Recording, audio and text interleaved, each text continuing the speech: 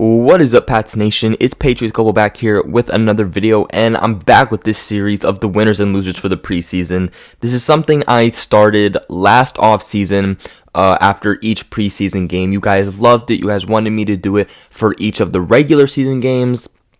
Obviously, that didn't happen. We'll see if that happens this year, but I brought it back for mini camp.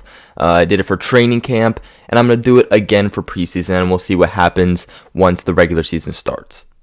Now, for me, this was actually a pretty hard list to make. There was so many winners. And I mean, what really can you expect when you give a 31-3 beatdown to a team when you're on the road? And I full on expected me to have way more winners than I did losers, but I ended up being able to get it actually equal, 5 winners and 5 losers. But one is a very broad statement. You'll hear me talk about it later in this video, but that's the pass rush. So my first winner on this list has got to be quarterback Jarrett Stidham. Now, of course, he did not play the entire game. Brian Hoyer did get a significant amount of play time, but Jarrett Stidham definitely seemed to have taken more of the snaps this game. And I think that in itself says a lot. For Jarrett Stidham to have gotten more snaps in the game than Brian Hoyer did just in the preseason game 1 already says a lot. But Jarrett Stidham threw 24 passes, and he completed 14 of them for 179 yards, 1 touchdown with a long of 26, and finished the night with a passer rating of 95.7. The biggest thing that stood out to me, and one of the biggest things that I feel is important in a quarterback, obviously, is accuracy. And we've heard a lot about Jarrett Stidham's accuracy coming out of training camp, even joint practice with the Lions. So that was something I was really watching, and Jarrett Stidham was dropping dimes, okay? There was this one point where he actually threw a deep ball to Maurice Harris. There were 2 guys in coverage, and he threw it perfectly, and I'm saying perfectly, into Maurice Harris's hands, where he without a doubt had the ability to catch it, but Maurice Harris sadly dropped the ball. And Stidham was really making these types of passes all night. He even showed off his ability to scramble. He showed that he has some legs that he can work with, which I really like, that he's very versatile in what he can do. He can be a pocket passing type of quarterback, but in the moments he needs to scramble, he's able to do so, and he does it very fluidly. For a rookie, his ability to control the huddle is something that you really don't just see from rookies. He really goes in, he takes command, and we've heard a lot, even from Jarrett Stidham, just saying how he got a lot more comfortable with the team, and it was very visible in last night's game versus the Detroit Lions. Now, next up, my first loser is going to be cornerback Duke Dawson. Dawson just continues to play sloppy and inconsistent, and he gave up multiple receptions last night. And at one point, he was also flagged for pass interference. Now, I've never been someone that has been super high on someone like Duke Dawson, but I definitely still would be surprised to see Bill Belichick cut a 2nd-round pick in technically his first year, just because last year he never actually got a chance with the team because injuries plagued the hell out of his season. It was just game 1, so we are going to have to continue to watch Duke Dawson and see how he's able to do. Also, what the Patriots decide to do with him. We've seen Duke Dawson a lot on special teams. I think if he can get his name known there, then for now, he will be fine when it comes to the roster. But maybe it's time the Patriots try him at a couple of different places, see what he can do at that safety position. Now, my next winner is going to be undrafted wide receiver Jacoby Myers. At first, I was a little bit worried when there was that dropped pass from Brian Hoyer towards the beginning of the game, but he definitely picked it up after that, and he proved that he is just going to make this team. Now, he even said himself he isn't a roster lock yet, but he says that if he continues to play the way he is, then, of course he will. He was never really a guy that was off the field. Now, he wasn't on the field for every single snap, obviously, but it wasn't like he was on the field for just the first half of the game or the second half of the game. But he finished as really the best wide receiver of the night. He caught 6 passes for 69 yards and 2 touchdowns. So really, if you look at what he's averaging to catch, he's averaging more than 10 yards a catch, and that's very big. Now, he didn't really have a game like N'Keal Harry did. He wasn't catching these one-handed contested grabs, but he was able to get open. He was able to make some pretty tough grabs in traffic. But even better, he just showed that he's a red zone threat, okay? And that's what the Patriots need, especially in the pass game. It's something they struggled in. And Jacoby Myers last night versus the Lions was a guy that these quarterbacks were going to in the red zone. Now, my next loser is going to be tight end Matt LaCosse. And I really was wondering if I should put him on this list or not, because the way he was playing in the game wasn't bad. It's just the fact that he got injured. Now, he was easily hands down the Patriots' #1 tight end that night. And he ended up catching 2 passes for 37 yards before getting injured. Now, there was another issue with Matt LaCosse, is that he was flagged for a hold. And because of that, the team actually ended up having to punt the ball. But because he is the #2 tight end, when the #1 tight end for the first 4 games, and he got injured, he actually got rolled over when blocking, that's not a good thing for him. And that is, to me, why his stock went down. Now, from what I understand, he should be okay. It doesn't sound like it's anything too severe, but because of him leaving the game and having this injury and actually getting a penalty called on him, he's going to have to be a loser for this week. Now, my next winner, and maybe the biggest winner of all of them, was the Patriots pass rush. Okay, the Patriots pass rush was just unbelievable. I mean, taking down 9 sacks. 9 sacks in one game is unbelievable. Whether it is just a preseason game or not, you got to be extremely happy with how the pass rush played. And I had a lot of guys, a lot of defensive ends and linebackers being winners, and I was like, this video is going to be extremely long. How do I condense it? And pass rush was the best way to do so. So many guys played well.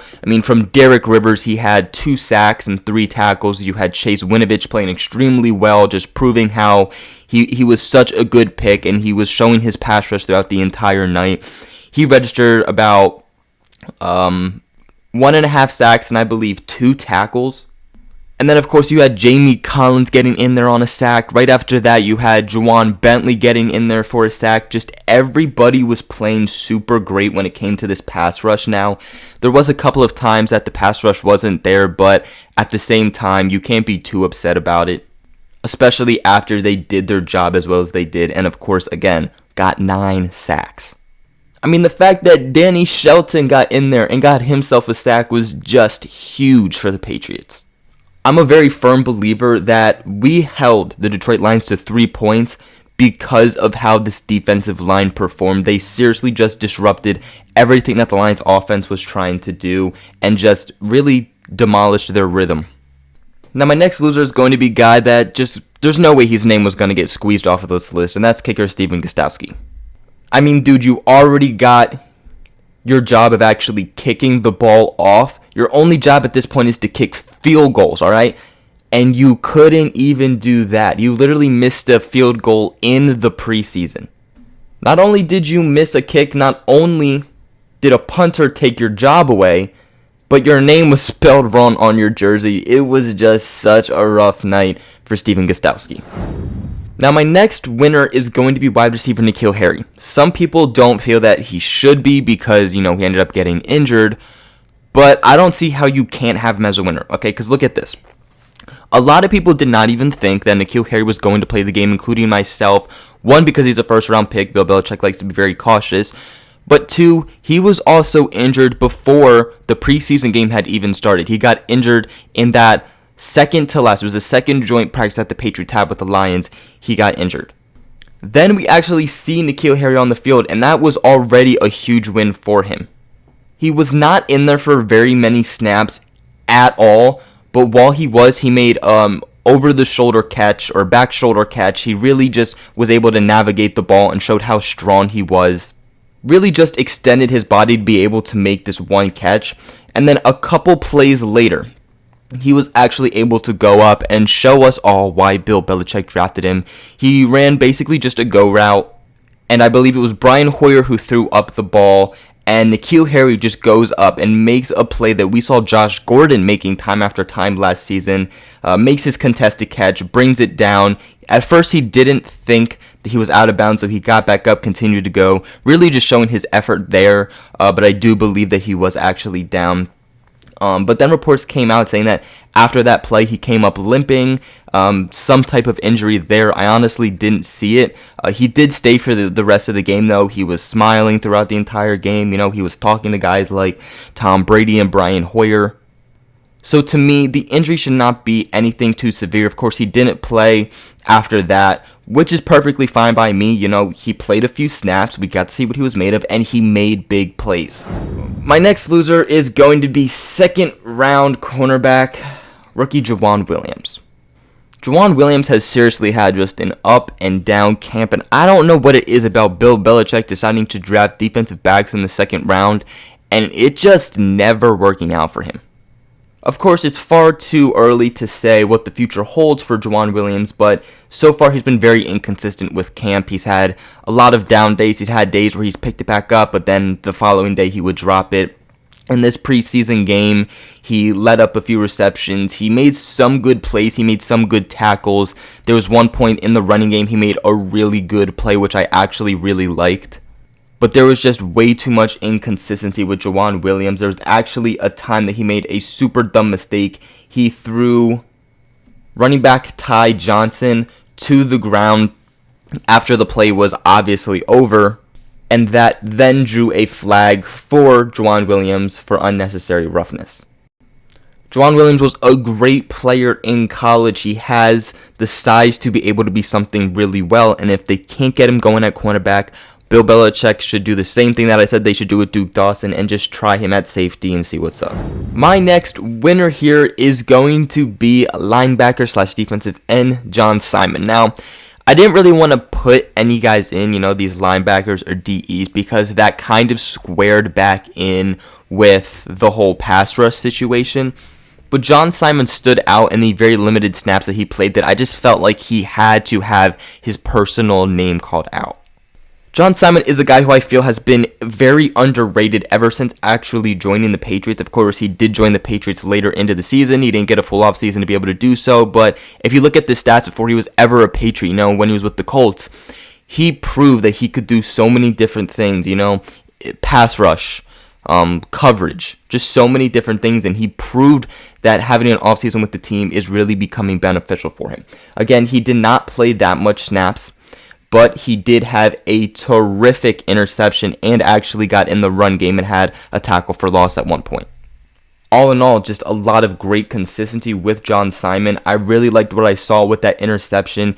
He was kind of set up towards the edge, but he actually did not go straight for the blitz. He kind of sat back and waited. He saw what the quarterback was going to do. He was able to jump, bat the pass, and then bring that down for the interception. Ultimately, it was a great play, and he actually had never done that before. Like, he had made that type of play before with other teams such as like the Colts. I think if John Simon can continue to do that, then it's going to be very beneficial for the Pats to have a guy on the defensive line that can bat passes down and turn them into interceptions. And my last loser here is going to be quarterback / wide receiver Danny Etling. I was actually really pumped to see Danny Etling in at wide receiver. I was really curious to see what they were going to do with him. Obviously, he's a guy that continuously has to prove himself. There's no way he just makes the team. Now, I don't think he makes the roster at all, but even has to prove himself in order to make the practice squad. We saw him a lot more in at special teams. He didn't really make any plays on special teams, though. Didn't see much in at wide receiver. When we did, though, we saw one pass thrown his way. It was Jarrett Stidham to Danny Etling, and Danny Etling was just not able to get the ball. It was kind of tipped up in the air by the defender, and you just see Danny Etling scrambling around trying to find the ball and just was not able to.